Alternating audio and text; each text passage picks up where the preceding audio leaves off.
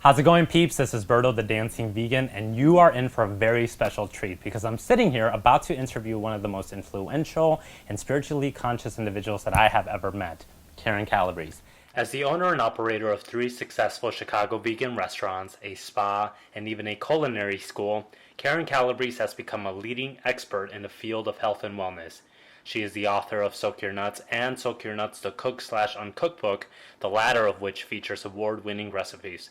Her work has inspired and even attracted the likes of celebrities including Angela Bassett, John Sally, and most recently, even the queen of pop herself, Beyonce. Hi, Berto. How are you? I'm good. Thank you very much. Now, I want to take this time very quickly to personally thank you, because your world, Karyn, has completely changed my world, and I found you 3 years ago when I first became a vegan, and I've been hooked ever since. So everything from your products to your detox program to your restaurant, oh my goodness, the food is awesome.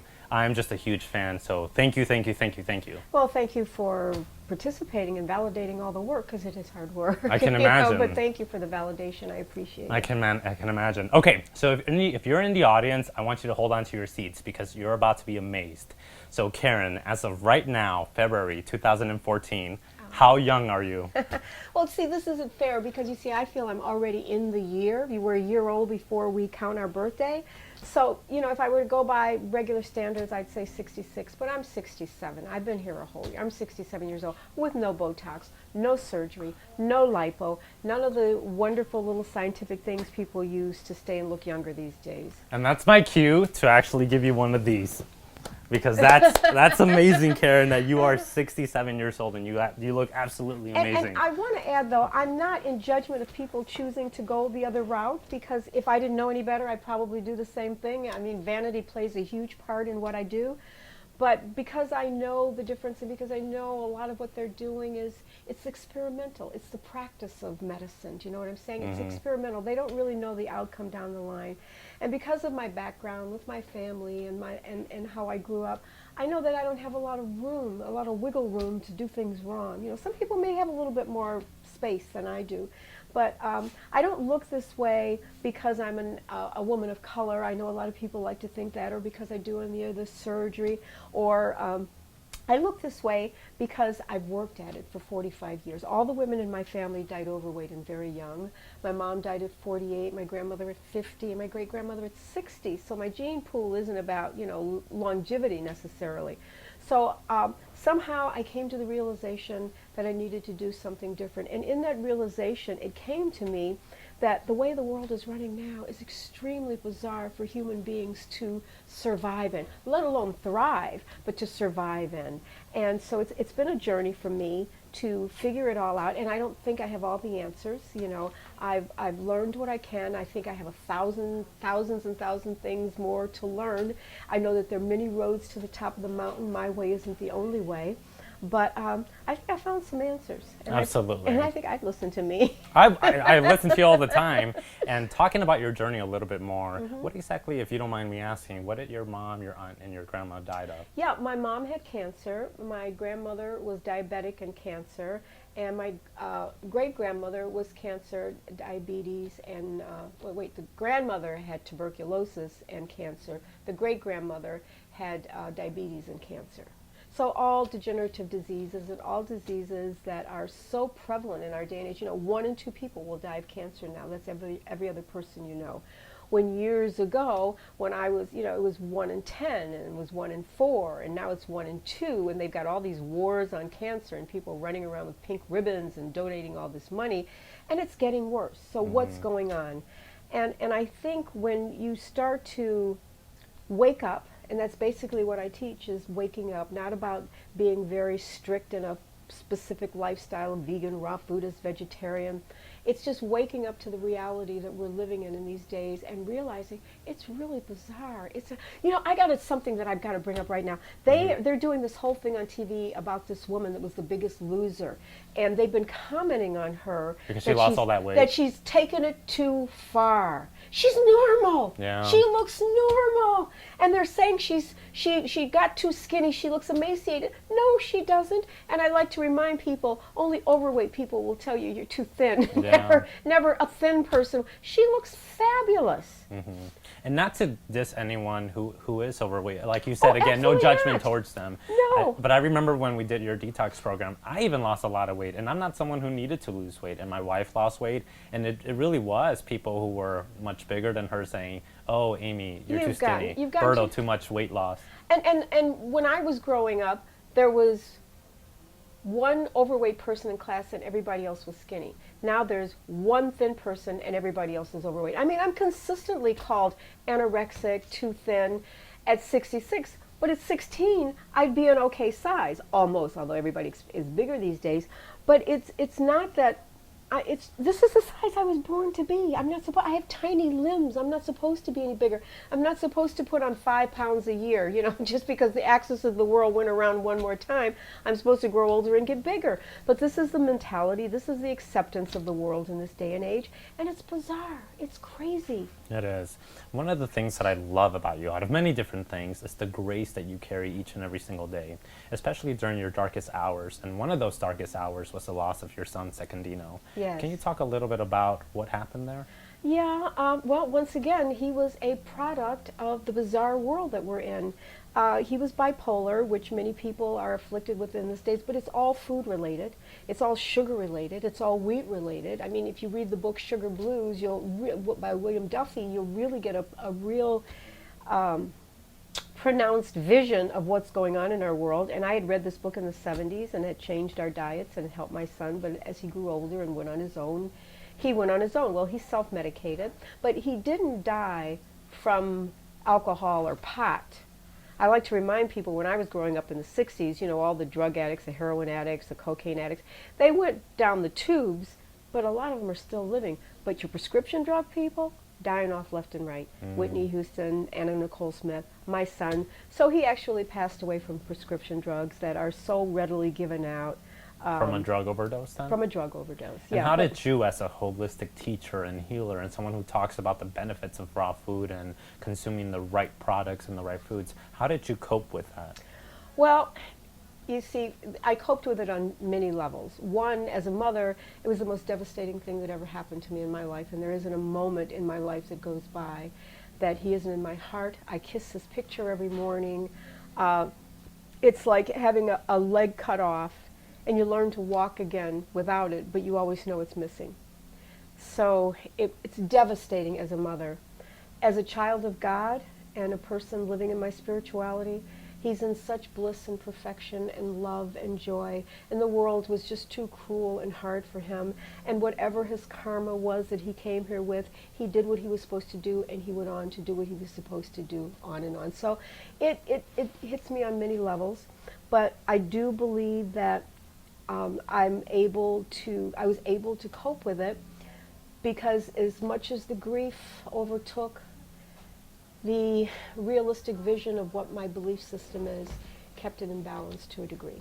And I heard too that you actually raised your kids on a vegan diet. Yes, my daughter. And several decades ago, that would have been unheard of and even looked down upon, but you decided to do it either way. Well, I had no choice. I had no choice but to do it. It was, when you know the truth, it's hard to do otherwise. You have to be kind of insane, which a lot of people are.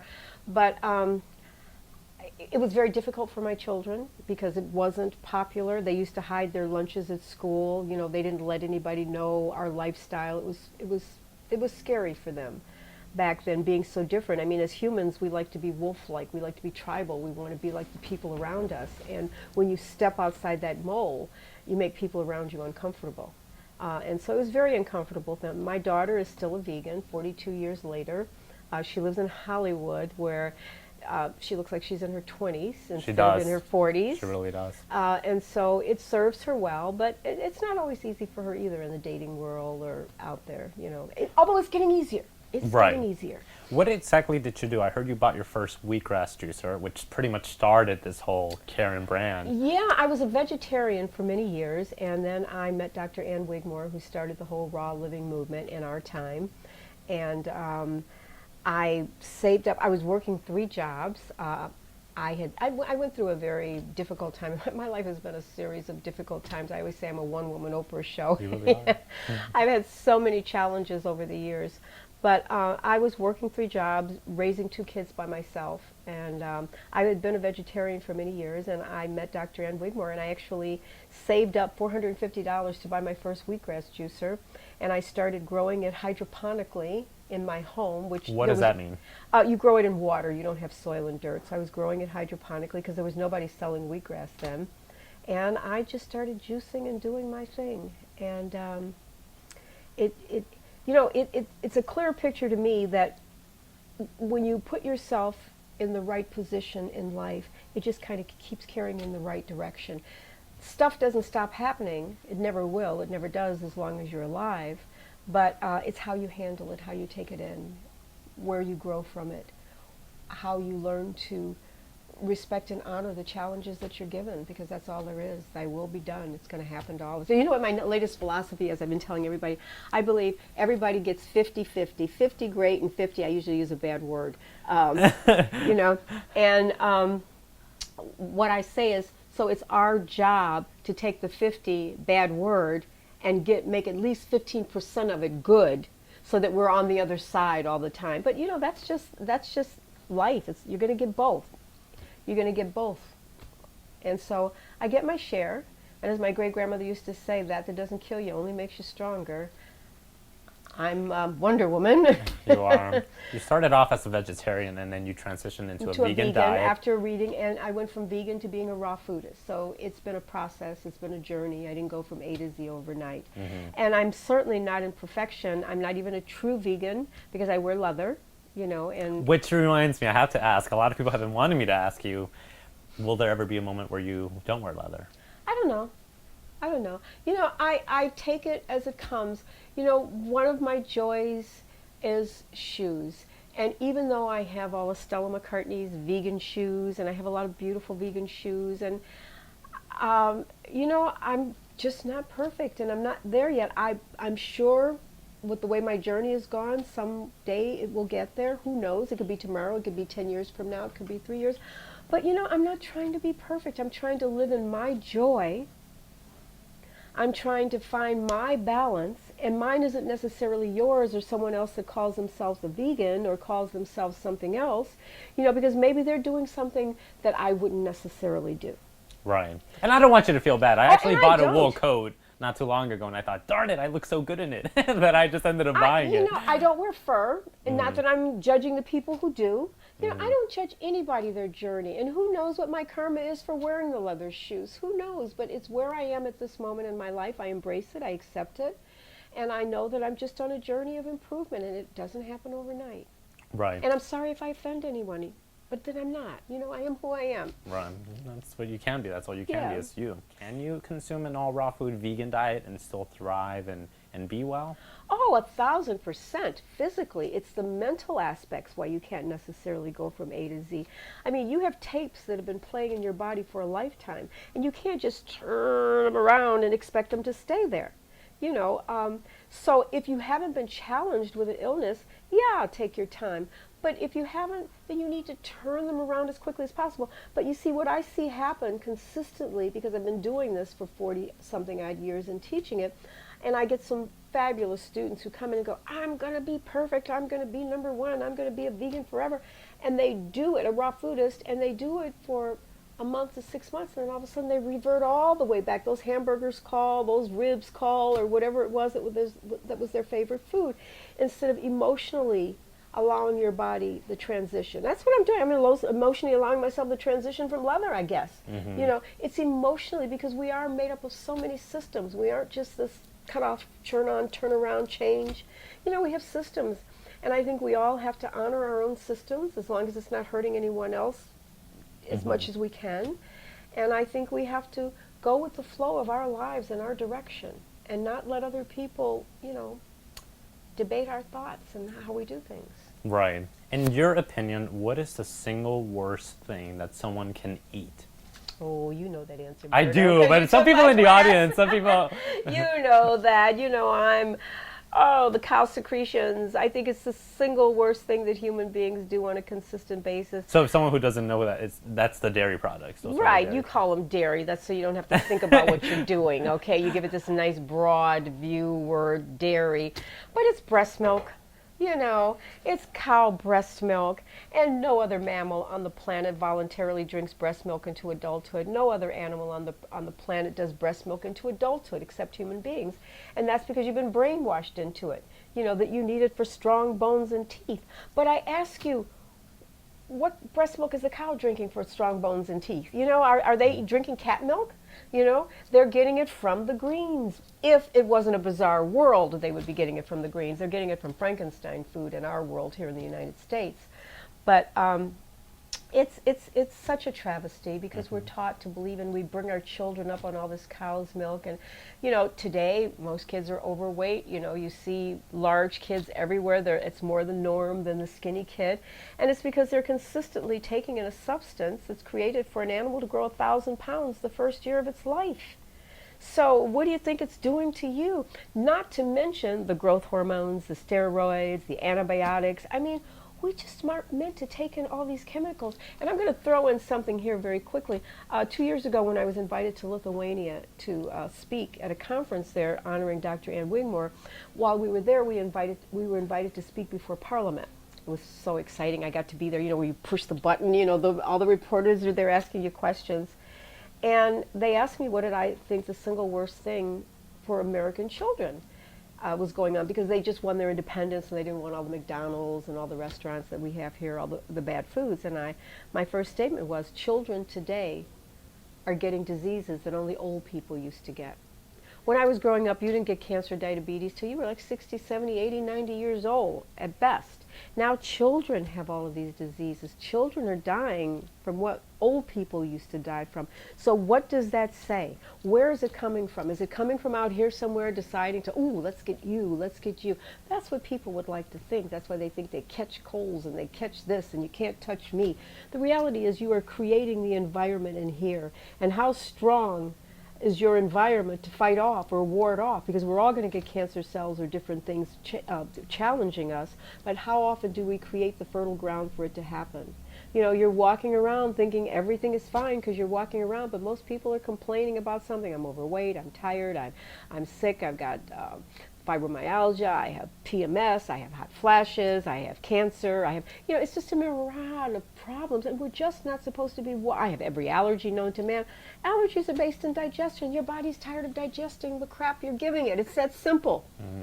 You know, and so it starts to manifest itself. And so, do I have all the answers? No, but it's kind of common sense to me. What I put in here is going to affect everything. Right. How can I separate the two? How can I say, well, I only do a little bit of this? Well, if it wasn't intended to go in here, it has to create a problem. And a little bit of the wrong thing consistently is going to create bigger problems. You're talking about, I know that you've mentioned before, a majority of the diseases in our body begin in our digestive system. Can you elaborate a bit more on that? Just in our gut, period. In our gut, period.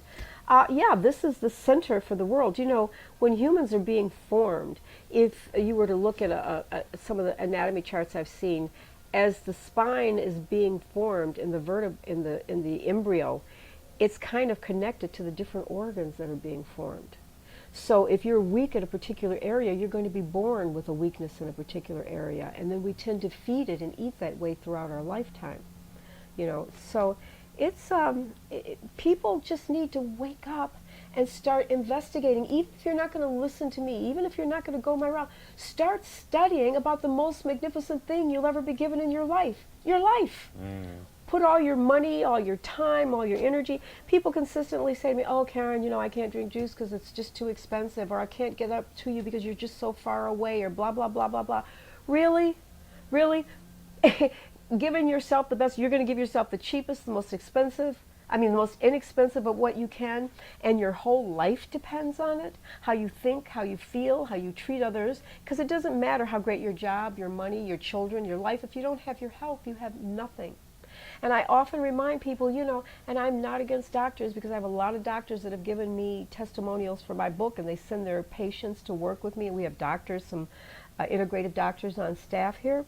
But how often I hear, I'm too far away to come, but if the guy in the white coat tells you to show up 4 to 5 times a week to put a known poison in your system that you sign an agreement saying it may not work, it may work, they don't know for sure, and you're going to show up no matter what. You're going to sign a thing saying my nails are going to fall out, my hair, I'm going to be nauseous, I'm going to be sick, I'm going to feel like I'm dying, but I'm going to show up 4 times a week, no matter what. And that's part of that whole bizarre world thing that you're talking about. And nobody stops to question. Nobody stops to ask their doctor, really, well, how many success cases do you have? And maybe he has a bunch, but I'd want to know before you worked on me. How many successful people have you had in my condition that are walking around totally healthy now? I'd want to know. It's just a common question. I'd ask for anything else. And I'd like to throw in here, too, when you do get involved with the medical establishment, in my opinion, I don't want to go to the top doctor. I don't want to go to the person that's the chief at this particular university, hospital, or whatever, because he stopped learning. He doesn't care anymore. He's got his reputation. He's made his money. He doesn't have to look into the latest of what can be happen only in the scientific world. Quick example of that, my husband had a challenge recently, and he had to be operated on. So I had to give, he was shot. I had to give a list. Yeah, that's another interview. I had to give a list of all the vitamins I had him on. So after the surgery, the top surgeon came in to talk to us. He wasn't the guy that did the surgery. And he looked at his list and he turned to me and he said, oh, and he can go back to this nonsense. I mean, it's proven that vitamins work now. Doctors are writing about it, but the top surgeon said he can go back to this nonsense now. Yeah. So it just proved my point that I've been saying for 40 years. If I have to go to a doctor, don't give me the top doctor. Give me somebody who's still hungry, who's still learning, who's still working at healing himself and others. There's a couple of people in our family that work as nurses, that work in the medical field as something, and we're all going out to dinner, and I brought your enzymes in a little bag, and after dinner I started eating probably 10 to 15 of them. And this person, I won't say who, I love you, you know who you are, they said, stop! You're going to overdose. And I just burst out laughing because I found out, of course, that your enzymes are plant-based. It's a food. Yeah. And there's never been an enzyme overdose reported in the history of man or an enzyme death. Yeah. So I know exactly what you're talking about the medical industry sort of being taught. Yeah, they just don't, they're not, they don't have to be made aware. They get their learning from the pharmaceuticals that are donating the money. And pushing the latest drug. I mean, they're like your drug dealer on the corner. Here, have some free whatever, so you keep coming back. And all doctors are not bad. I'm not here to say that. I'm saying there's a system in place. And what we need to do is to wake up and look at the system. Pick and choose what you need out of the system, but don't just follow it blindly, or at least have questions. So my enzymes, that's one of the most important things that I tell people that they need to do. There is, of course, controversy about it, but it certainly worked for me and the thousands of people I've worked with, and Dr. Ann Wigmore and Dr. Edward Howell wrote about him. He did his research from the Harvard Medical Libraries. And is he the one that wrote Don't Eat Without? No, that was Victor. Okay. Edward Howell wrote Enzymes. I have the book, I'm sorry, but no worries. You can but we need enzymes for every metabolic purpose in our bodies. When the enzymes are gone, that's when you die. Every time you sit down to a cooked meal of food, your body has to use its store of enzymes to break that food down, so you are literally using up your life force at the table as opposed to adding to it.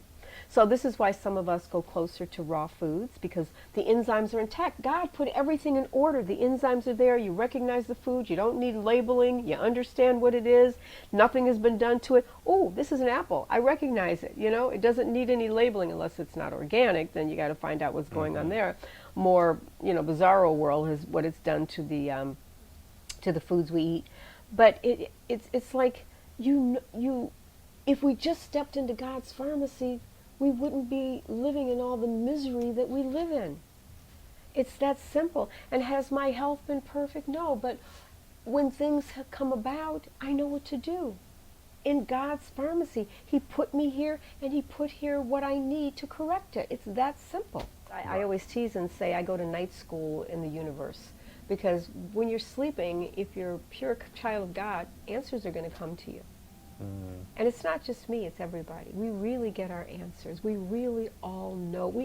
We're born with, it's called intuition. We all intuitively know what's right. We've just forgotten, and it's so crowded up with toxicity and pollution and the bizarre world around us that we've forgotten, and we don't trust it anymore. Right. And that's exactly how I ended up finding you. I became a vegan, and I kid you not, Karyn, the next day I saw your interview with Lilu from the Juicy Oh, Living yeah. Tour. And I thought, wait a minute, this video was posted just a few days ago. I love the synchronicity of that. And I told Amy, whoop, there goes my pen. I told Amy, did you know there's an actual vegan raw food restaurant in Chicago? And we went, and we've been hooked ever since. And one of the products that I love the most is your green meal product, which will end up showing how to do that, because I have that every day. And I wake up and I just go. And I give it to all my employees. Obamacare, we're going to be getting insurance, but we haven't had it yet. And for all these years, I've been giving them what I call health insurance. They get a green meal smoothie, and they get a salad bar. They get to eat one of their meals a day at the highest level because it's organic that their bodies could actually take in. You know, it's just a complete food. It's a superfood. There's so many great ones on the market now. Mine was developed with me with Viktoras Kulbenskas, who's like the grandfather of the raw food movement. He started with Dr. Ann Wigmore, and he was a scientist. He helped me develop it. But it's just a juicy, delicious way to get in greens and chlorophyll, because the human body, we've got the same DNA as a monkey or a chimpanzee. We're supposed to be taking in 60-70% chlorophyll a day. How much are you taking in? You know, most people are getting in meat. Well, you know, you're like, but you know, maybe a little bit of salad at night, maybe a little bit of this, and the rest of the food isn't green. So it's just a nice way to start your day off with a raw meal, 100% raw meal. And so, well, it's not 100 because we put the soy lecithin in it, which is non-GMO. Mine is also, though. But it's just a nice way to get in a good green start for the day.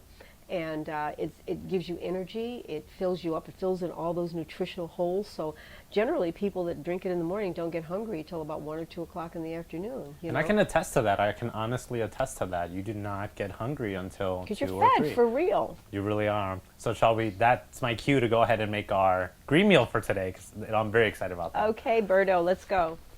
How's it going, peeps? This is Berto, the Dancing Vegan, and once again we're here with the incredible Karyn, and she's about to make the green meal. And I'm gonna tell you something. I have this every day, and when I don't, I am crabby. You do not want to be around me.